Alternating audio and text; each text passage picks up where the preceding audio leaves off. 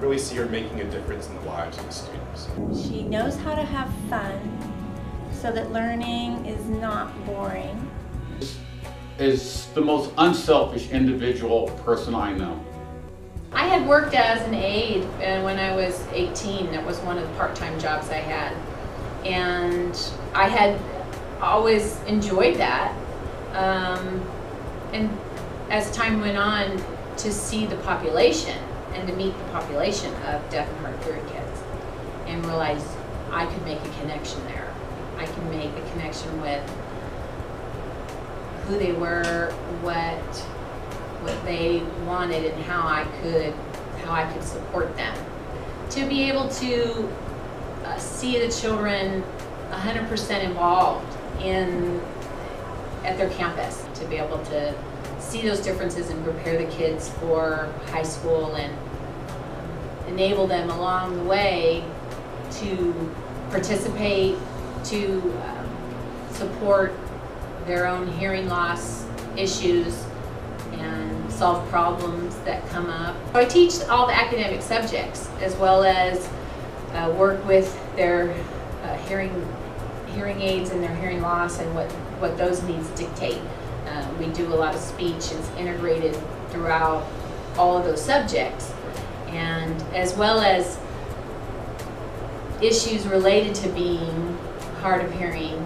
We've come a long way in the last 20 years of what technology does for us, from the computers and word processing and PowerPoints and projectors and smart boards, and as well as what the hearing aids can do for the kids. She always puts her students first and is always thinking of new, innovative things for them to do.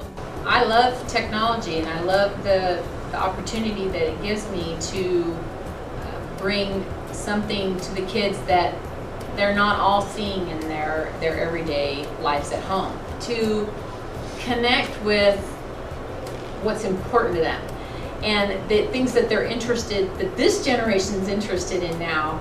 The MySpace and the YouTube things don't necessarily translate to academics, and unless you really think it through and realize that if they can do the steps for finding how to change the font to large and the color on their MySpace page, if they could follow, that's at least 7-8 steps, 7-8 clicks. So they can do that, then they can see for themselves that they can do other things, academic related, that they've closed their minds to relax and be yourself and share some of yourself with them. So there's a fair amount of involving yourself in what needs to be discussed, and there's a lot of trust that has to be built so that they can see your true heart. And if you can let some of the things that bother you, you can put those things aside when you enjoy the other part so much. If you asked anyone who knew her, they'd say technology is her thing. She teaches them a lot of wonderful things in terms of technology and how to use that, and she teaches them a lot of academics and state standards, but she really cares about them and makes them feel like school is a place where they want to be. She gives them confidence in showing that she can learn from them, and they're connected. It's like a second family, a second home away from home. Carolyn's students, they like her style of teaching, and she teaches. She doesn't just stand and lecture. It's more of a hands-on approach.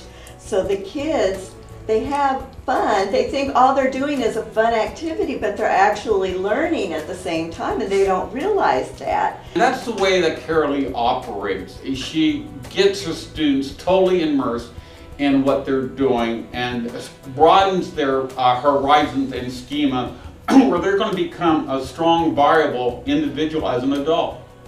When you listen and you ask them how their day was or how their weekend was, or a particular question, and you really listen to the answer. If you're experiencing, the laughter, then you do the other stuff too. And it's okay. It's okay. Because the laughter with the kids makes it all worth it. One of the most rewarding things as a teacher when someone asks you to be the one that's watching. And you realize that role you have is important, and I appreciate that.